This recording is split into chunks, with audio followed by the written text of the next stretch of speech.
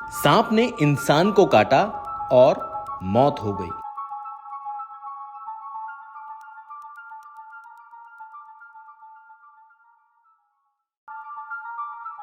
इस तरह के मामले अक्सर आपने सुने होंगे और देखे भी होंगे।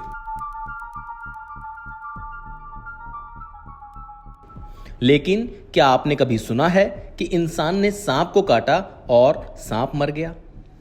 बिहार से ऐसा ही एक हैरान कर देने वाला मामला सामने आया है।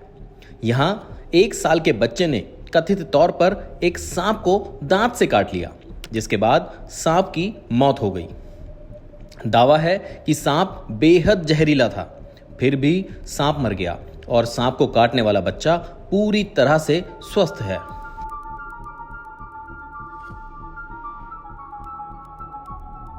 इस घटना के बाद से ही बच्चा आकर्षण का केंद्र बना हुआ है।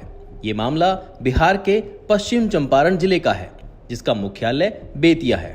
सुनील शाह का 1 साल का बेटा है गोविंद कुमार, जिसके काटने से सांप की जान चली गई। बच्चे की दादी ने बताया कि बच्चा खेल रहा था और उसकी मां काम कर रही थी।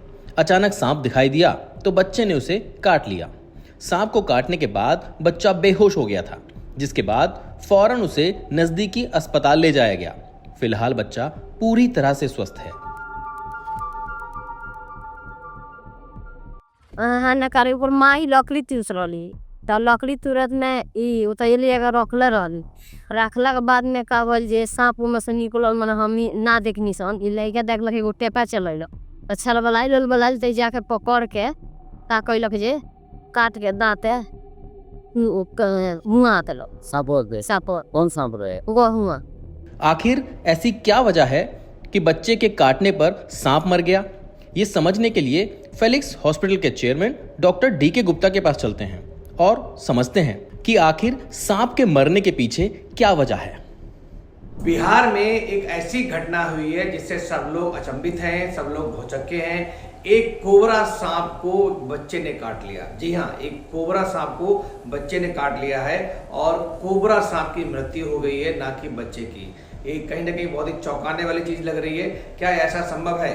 पहले तो मैं बताना चाहूंगा, जो कोबरा सांप होता है एक बहुत जहरीला सांप होता है। अगर किसी व्यक्ति को काट ले तो उसका जहर कुछ समय के अंदर पूरी बॉडी में फैल जाता है और ये ब्रेन को और जो न्यूरो सिस्टम है, हमारा नर्वस सिस्टम है, स्पाइनल कॉर्ड है, उसको अफेक्ट करता है। और उसकी वजह से जो हमारे वाइटल ऑर्गन्स हैं, जैसे रेस्पिरेटरी सिस्टम है या हार्ट है या कार्डियोवैस्कुलर सिस्टम है, वो कोलैप्स हो जाता है और उसकी वजह से व्यक्ति की मृत्यु हो जाती है। और नॉर्मली ये बहुत ही जहरीला सांप माना जाता है और लोगों की मरने की संभावना बहुत कम होती है अगर किसी को सांप काटता है।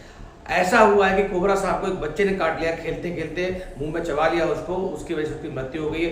ये कैसे संभव हो सकता है, इसके बारे में बात करते हैं। मैं हूं doctor DK. Gupta, chairman Felix hospital Noida.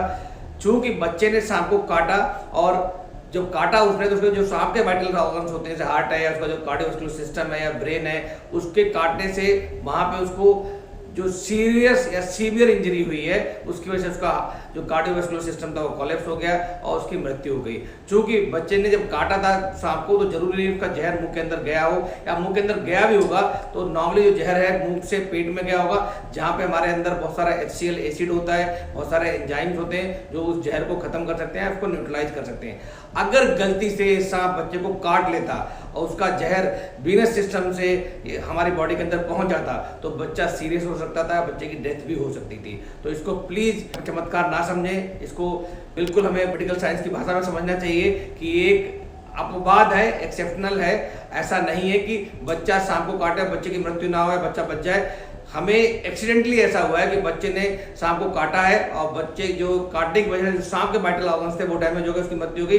पर सांप ने बच्चे को नहीं काट पाया और जो बच्चे ने काटा उस समय जो विष भी गया, उसका जहर भी उसके अंदर गया, वो डायरेक्ट बॉडी में ना जाके, सर्कुलेटरी सिस्टम में ना जाके उसके पेट में और आंत में चला गया, जहाँ पे बहुत सारे एंजाइम, बहुत सारा एसिड होता है, जिसकी वजह से वो जो टॉक्सिन्स हैं, जो जहर था वो न्यूट्रलाइज हो गया या खत्म हो गया, जिसकी वजह से बच्चे की जान बच चुकी है।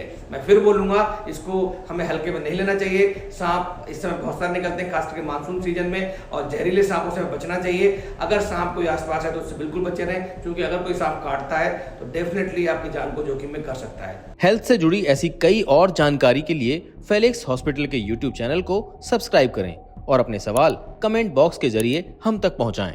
और डॉक्टर की अपॉइंटमेंट के लिए दिए गए नंबर 9810455953 पर संपर्क करें।